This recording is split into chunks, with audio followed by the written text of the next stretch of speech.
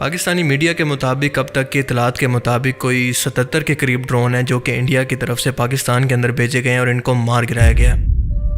India के अंदर पाकिस्तान की रिटेलिएशन के बाद या पाकिस्तान के हमले के बाद फ़ौज का मोराल बहुत ज़्यादा डाउन है और इनका नुकसान बहुत ज़्यादा हुआ है, जिसका बदला लेने के लिए अब वो अपने पायलट्स को या फिर अपने तैयारों को भेजने की बजाय इन ड्रोन्स का सहारा ले रहे हैं, क्योंकि इनको पता है कि अगर वो अपने किसी फ़ौजी को भेजेंगे या फिर किसी पायलट को भेजेंगे तो वो वहाँ पर कैप्चर हो जाएगा, पकड़ा जाएगा और इसके लिए अलग से मुसीबत पड़ जाएगी। आप अंदाज़ा करें कि 77 ड्रोन्स को गिराया जा चुका है और इसके अलावा कई ड्रोन्स की आमद का सिलसिला अभी भी जारी है। और आपको ये जानकर हैरत नहीं होनी चाहिए कि पाकिस्तानी मीडिया के मुताबिक ये तमाम के तमाम ड्रोन्स दरअसल इसराइली मेड हैं। जी हाँ, इनको इसराइली कंपनी ने बनाया है। अब इसका मतलब आप जानते हैं कितना सीरियस है। इसका मतलब ये है कि सिर्फ इंडिया ने पाकिस्तान पर हमला नहीं किया, बल्कि इसराइल ने बाकायदा पाकिस्तान पर जंग का ऐलान कर दिया अपने ड्रोन्स के जरिए। अब इसका मतलब यह है कि पाकिस्तान की जंग सिर्फ इंडिया के साथ नहीं है, बल्कि इसके अलावा दूसरे मुल्क यानी इसराइल के साथ भी है और अमेरिका इसके पसे पर्दा रहकर इन सब की सपोर्ट कर रहा है। आप सबको अच्छी तरह से याद होगा कि अपनी लास्ट वीडियोस के अंदर मैंने बार बार आपको ये बताया था कि ईरान को डराने के बाद, धमकाने के बाद, इस पर हमला करने के बाद पाकिस्तान की अगली बारी है। इसराइल का अगला टारगेट पाकिस्तान होगा और इसको अचीव करने के लिए वो इंडिया का सहारा लेगा। इन दोनों की आपस के अंदर जंग करवाकर पाकिस्तान को इतना कमज़ोर कर देगा कि ये आपस के अंदर खाना जंगी की वजह से टूट जाए। और आप देख रहे हैं कि बलूचिस्तान के अंदर फोर्सेस पर बार बार BLA हमला भी कर रही है। अब ये तमाम वाक़यात कोई इत्तफाक नहीं है, बल्कि इनको टाइमलाइन की सूरत समझने की कोशिश करें। अब ज़रा इस बात को समझने की कोशिश करें कि इसराइल पाकिस्तान पर डायरेक्ट हमला इसलिए नहीं कर सकता कि दुनिया का ये वाहिद इस्लामी मुल्क है जिसके पास न्यूक्लियर हथियार मौजूद हैं और इसके पास इतनी रेंज भी है कि ये इसराइल पर न्यूक्लियर हमला कर सके। अब इसने इंडिया की मदद से प्रॉक्सी वॉर लड़ने की सोची है कि इंडिया को हथियार सप्लाई करके उसके कंधे पर बंदूक चलाकर दोनों को तबाह करना चाहता है। क्योंकि हमने देखा कि ईरान अभी तक न्यूक्लियर पावर बना ही नहीं है, तो इस पर इतनी पाबंदियां लगा दी हैं, इसको इतनी धमकियां दी जा रही हैं अमेरिका की तरफ से कि अगर तुमने अपना न्यूक्लियर प्रोग्राम बंद ना किया तो हम तुम्हारा भी गजा वाला हाल करेंगे। तो आप जरा सोचें कि पाकिस्तान के अंदर तो न्यूक्लियर हथियार मौजूद हैं, तो वो उस मुस्लिम मुल्क को कैसे जिंदा छोड़ सकता है कि जो उनके सर्वाइवल के लिए हर वक्त खतरा बना रहे। और इंशाल्लाह इसराइल अपने इस मकसद के अंदर कभी भी कामयाब नहीं हो पाएगा। अब इस जंग से अमेरिका को क्या फ़ायदा होगा, ज़रा ये समझें कि सबसे पहले तो अपना असला, अपने फाइटर जेट और दूसरी आर्टरी या फिर लड़ने का सामान ये दोनों मुल्कों को बेचेगा, जो कि हम जानते हैं कि सिर्फ 100 या हज़ारों डॉलर की नहीं होती, बल्कि ये बहुत ही महंगे होते हैं और ये अमेरिका की बहुत ही बड़ी इंडस्ट्री है। भाई साहब की मजबूरी है कि दुनिया के अंदर कोई ना कोई जंग हमेशा चलती रहे। और दूसरा काम वो क्या करेगा कि इन दोनों पर नज़र रखेगा कि ये न्यूक्लियर हथियारों तक या फिर न्यूक्लियर जंग तक ना पहुँच जाएँ, क्योंकि अगर ऐसा होता है तो इसका तमाम प्लान फेल हो सकता है। क्योंकि अमेरिका और इसराइल का दूसरा मकसद ये है कि गजा के हालात से पूरी दुनिया के मुसलमानों की तवज्जो हटाई जाए। और क्या आप जानते हैं कि इस वक्त गजा के अंदर हालात ये हैं कि वहाँ के लोगों को पिछले 3 महीने से कोई खाने का सामान या फिर एड तक नहीं पहुंची और ये लोग इतना मजबूर हो चुके हैं कि छोटे छोटे बच्चे और माएँ भूख की वजह से कछुओं को पका पका कर खाने पर मजबूर हैं। पर इंटरनेशनल मीडिया पर यह चीज़ डिस्कस ही नहीं हो रही। और इसीलिए आप देखते हैं कि अमेरिका किसी एक की साइड नहीं ले रहा, बल्कि दोनों तरफ के बयानात को बैलेंस करके चल रहा है ताकि इनकी आपस में लड़ाई चलती रहे, लेकिन किसी बड़े न्यूक्लियर हमले से इन दोनों को बचाया जा सके। इंटरनेशनल लेवल पर दोनों मुल्कों के साथ पॉलिटिक्स हो रही है, दोनों को इस्तेमाल किया जा रहा है, लेकिन दोनों तरफ के लोग गुस्से के अंदर तालियां बजा रहे हैं, एक दूसरे को मारने की धमकियां दे रहे हैं। उन बेचारों को हकीकत का पता ही नहीं है। अब आप जरा समझने की कोशिश करें कि इसराइल का और इंडिया का पाकिस्तान के अंदर ये ड्रोन भेजने का सिर्फ कोई एक मकसद नहीं था, बल्कि इसके बहुत सारे मकासद थे। सबसे पहला काम यह था कि अवाम के अंदर खौफ व हरास फैलाना, इतना खौफ व हरास फैलाना कि इनकी अवाम अपनी फ़ौज से सवाल करे कि हमारी फ़ौज कर क्या रही है। पाकिस्तानी अवाम और इसकी फ़ौज के बीच ट्रस्ट को ख़त्म किया जा सके ताकि वो इनकी बैक पर कभी भी ना खड़ी हो। और आप जानते हैं कि जब फ़ौज का मोराल डाउन होता है तो कभी भी वो किसी भी जंग को नहीं जीत सकती। जिसकी अवाम ही अपने साथ ना हो तो वो भला जंग क्या करेगी। और दूसरी इसकी वजह थी कि पाकिस्तान के एयर डिफेंस सिस्टम को चेक करना कि वो किस हद तक काबिल है। और तीसरी और सबसे अहम वजह यह थी कि पाकिस्तान के अंदर मौजूद असले के या फिर एयर डिफेंस सिस्टम के ज़खायर को ख़त्म करना।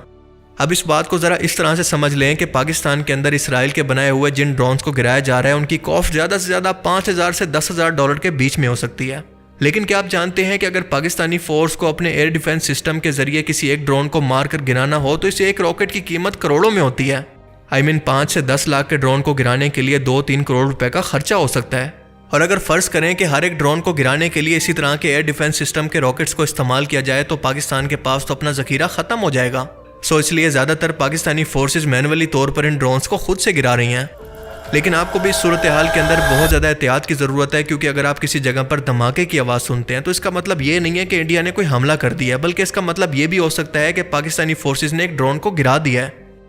और दूसरी बात कि जंग के अंदर ना तो पाकिस्तानी मीडिया 100% सच बोल रहा है और ना ही इंडियन मीडिया 100% सच बोल रहा है, बल्कि वो तो 1000% भी नहीं बोल सकता।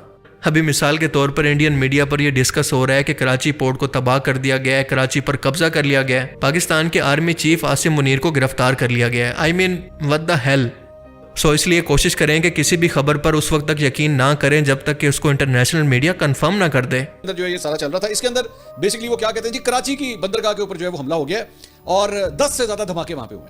उसके बाद ये जनाब एक ये TV9 का एक क्लिप है, इसके अंदर जनाब इन्होंने कहा जी कि कोयटा के ऊपर जो है वो बलोच जो वहां पे BLA के जो दहशतगर्द हैं उन्होंने हमला कर दिया और कराची के नेवल बेस के ऊपर भी हमला हो चुका है और सियालकोट कोटली जो है वहां पे जो है उसे भी बिल्कुल नीज तो नाबूद कर दिया गया है और इस्लामाबाद की बड़ी एक अहम स्ट्रेटेजिक लोकेशन के ऊपर इस वक्त हमला जारी है कि जी प्राइम मिनिस्टर हाउस जो है उसके करीब बहुत जोरदार का धमाका हुआ है वहां पे। शरीफ लोकेशन नॉट नोन, शहबाज शरीफ कितने गया है साहब किसी को पता नहीं लग रहा है। अब ये टाइम्स नाउ की एक खबर है और ये उसका लिंक है, उसमें जी भारतीय फौज पाकिस्तान के अंदर घुस गई, ये जी उन्होंने बॉर्डर भी क्रॉस कर लिया है और पाकिस्तान के अंदर भी घुस गई है। उसके बाद मेजर गौरव आर्या ने कहा कि बस अब नेवी जाए और कराची पोर्ट को आग लगा दे, ब्रह्मोस फायर करो और पूरे कराची को फूंक डालो।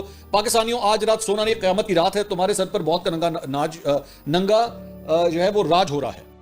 पाकिस्तानी और इंडियन मीडिया इस खबर को लेकर एक पेज पर नहीं आते कि क्या वाकई राफेल तैयारे को इंडिया या फिर पाकिस्तान के अंदर कहीं पर गिराया गया है। लेकिन अभी राफेल बनाने वाली कंपनी के नुमाइंदे ने खुद ये कंफर्म किया है कि कम से कम एक राफेल तैयारा इंडिया के अंदर गिरकर तबाह हुआ है और बाकियों की इन्वेस्टिगेशन अभी की जा रही है।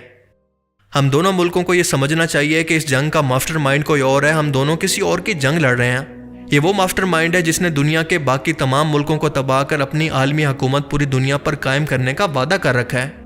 अभी तक गज़वा हिंद का टाइम तो नहीं आया, लेकिन तमाम हालात उसी की तरफ इशारा कर रहे हैं कि इमाम मेहदी अलैहिस्सलाम की आमद के तमाम हालात पैदा होते जा रहे हैं कि उस वक़्त पूरी दुनिया के अंदर जंग के हालात होंगे, हर तरफ बस तबाही होगी और ख़ास तौर पर मुसलमान मुल्कों को चुन चुन कर तबाह किया जा रहा होगा। और अब इसका हरगिज़ ये मतलब नहीं है कि मुसलमान सिर्फ गज़वा हिंद के इंतज़ार के अंदर और इमाम मेहदी के इंतज़ार के अंदर हाथ पर हाथ रखकर बैठे रहें, बल्कि वो टाइम आने से पहले हमें जितना हो सके दुश्मन को उसी की ज़बान में जवाब देना है। हम मुसलमान हरगिज़ जंग नहीं चाहते, हम लोग अमन चाहते हैं, लेकिन अगर हमें ज़बरदस्ती जंग के अंदर घसीटा गया तो मुसलमान का ईमान है ला इलाहा इल्लल्लाह, और मुसलमान का ईमान है कि वो अल्लाह के सिवा किसी और ताकत से नहीं डरता।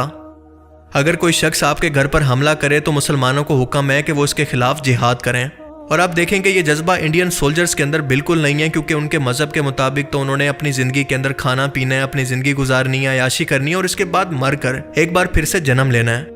लेकिन एक मुसलमान का ये ईमान है कि उसकी असल ज़िंदगी तो मौत के बाद ही शुरू होती है और जिहाद करने वाले और अपने मुल्क के लिए लड़ने वाले शख्स के लिए तो वैसे भी जन्नत का वादा किया गया है। एक शहीद का रुतबा इतना ज़्यादा है कि उसको औलिया कराम के बराबर बताया गया है। और इसीलिए आप देखते हैं कि इंडिया के अंदर जब भी कोई सोल्जर शहीद होता है तो उसके घर वाले किस तरह से धाड़े मार मार कर बेकाबू होकर रोते हैं। लेकिन दूसरी तरफ पाकिस्तानी माओं को देखें तो वो खुशी खुशी अपने बच्चों को मैदान जंग के अंदर शहीद होने के लिए भेज देती हैं और इनकी शहादत के बाद इनकी आंखों के अंदर कोई एक आंसू भी नहीं होता, बल्कि वो इस पर प्राउड या फिर फख्र महसूस करते हैं।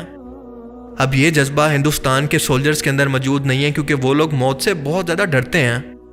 अब कुल मिलाकर बात यह है कि अगर हम मुसलमान इतने कमज़ोर हो चुके हैं कि आलमी ताकतों का मुकाबला नहीं कर सकते, तो कम अज़ कम अपने घर के अंदर घुसने वालों को उन्हीं की ज़बान के अंदर जवाब तो दे सकते हैं। मिसाल के तौर पर मैं आपसे सवाल करता हूं कि अगर आपके घर वालों की मौजूदगी के अंदर कोई अनजान शख्स आपके घर के अंदर घुस आए तो आप उसका क्या हाल करेंगे?